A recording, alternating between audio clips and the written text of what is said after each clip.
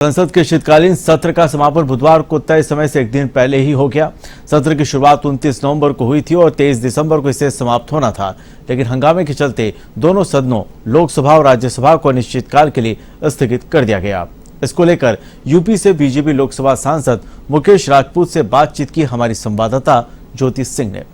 का शीतकालीन सत्र समाप्त हो चुका है, लेकिन जिस तरीके से संसद का शीतकालीन सत्र समाप्त हुआ है उसे लेकर विपक्षी पार्टियां तरह तरह के आरोप लगा रही हैं और उसी को लेकर हमारे साथ खास बातचीत करने के लिए मौजूद है फर्रुखाबाद से सांसद मुकेश राजपूत। सर, पहले तो बहुत बहुत स्वागत है आपका एवन टीवी पर। और जिस तरीके से ये शीतकालीन सत्र समाप्त हुआ है, संसद के अंदर दोनों ही सदनों में काफी गर्मा गर्मी देखने को मिली और समय से पहले एक दिन पहले ये समाप्त भी हो गया, लेकिन विपक्ष का अपना ही आरोप है कि जिन पर चर्चा करनी चाहिए थी, हमने जो मुद्दे उठाए उन पर चर्चा नहीं हुई और एक तरफा कार्रवाई हुई है सदन की। देखिए, विपक्ष ने कोई मुद्दा उठाया ही नहीं और सदन की जो कार्रवाई हुई, जो पूर्व में ही तय था, सभी विपक्षी दल को बुला के तय किया जाता है कि हमें किस दिन क्या क्या करना है, क्या क्या वर्क लेना, क्या क्या काम लेना है, कौन कौन सी बिजनेस पर चर्चा होनी है, तो उन पर ही चर्चा हुई। लेकिन सदन में विपक्ष ने हंगामा किया। सब विपक्ष जानता था, वो हमेशा ही चर्चा से भागना चाहता, चर्चा से बचना चाहता। विपक्ष चर्चा में रुचि ना दिखा के, विरोधाभास करके वो लोगों की सस्ती लोकप्रियता हासिल करना चाह रहा।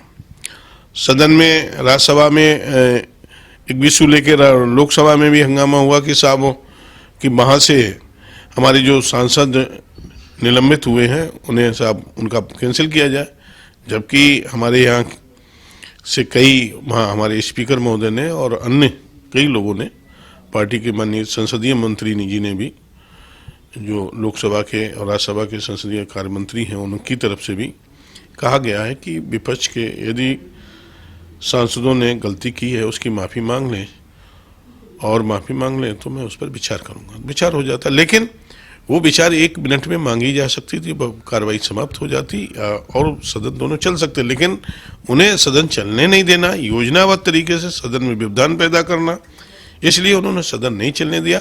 लेकिन सरकार ने, जो चीज़ सरकार के लिए लोगों ने, देश के लोगों ने, प्रदेश के लोगों ने, पूरे राष्ट्र के लोगों ने जो माननीय मोदी जी को आशीर्वाद दिया है देश के विकास के लिए, देश में कानून बनाने के लिए, देश को कैसे विश्व में विश्वगुरु बनाए, इसके लिए जो आशीर्वाद दिया माननीय मोदी जी को और भारतीय जनता पार्टी को, वो सरकार ने अपना काम किया।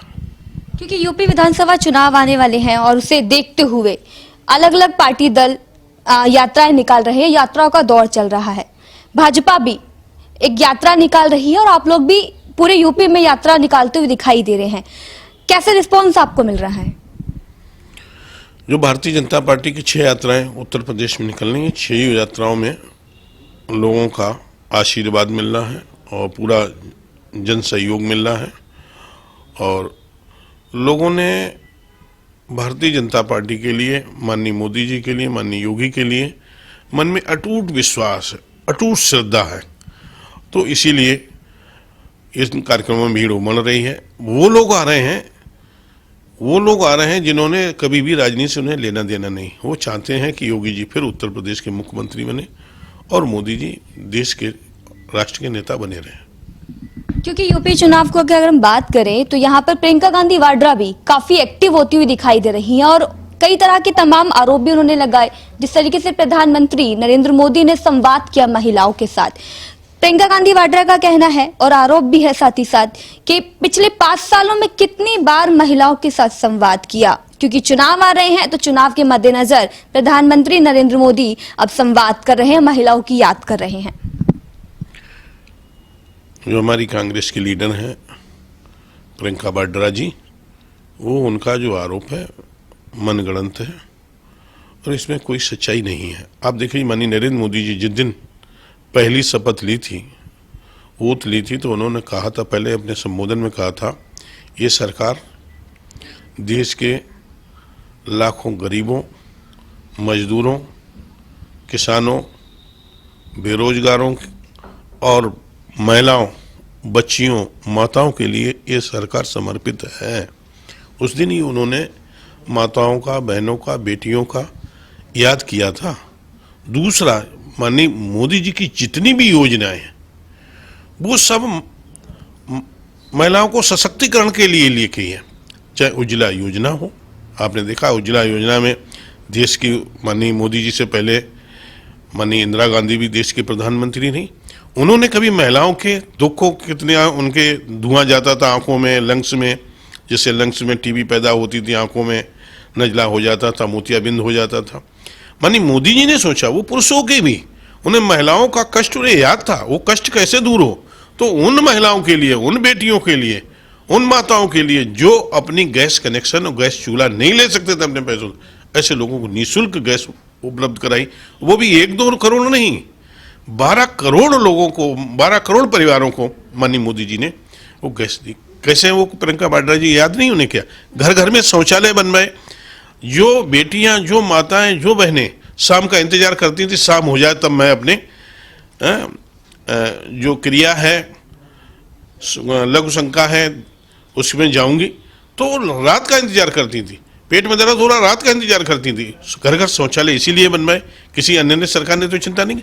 एक दूसरा, माताओं के बच्चा की जो भी है, बच्चा होगा तो क्या उसे डाइट मिलनी चाहिए, माताओं की कैसा स्वास्थ्य ठीक रह सकता है, और भी कई ऐसी योजनाएं जो महिलाओं के लिए, माताओं के लिए, मजबूत सशक्तिकरण के लिए ही योजनाएं चलाई। देश में सबसे ज़्यादा बेटियों के लिए और माताओं के लिए, वृद्धजनों के लिए ही ये योजनाएं मोदी जी ने समर्पित की हैं। जो प्रियंका वाड्रा कह रही हैं उसमें कोई तथ्य नहीं है, सत्य नहीं है। चलिए, बहुत बहुत धन्यवाद हमसे बातचीत करने के लिए। तो मेरे साथ यहाँ पे जुड़े हुए थे फर्रुखाबाद से सांसद मुकेश राजपूत, वीडियो जर्नलिस्ट भरत कुमार चौहान के साथ Jyoti Singh, A1 TV news, Delhi.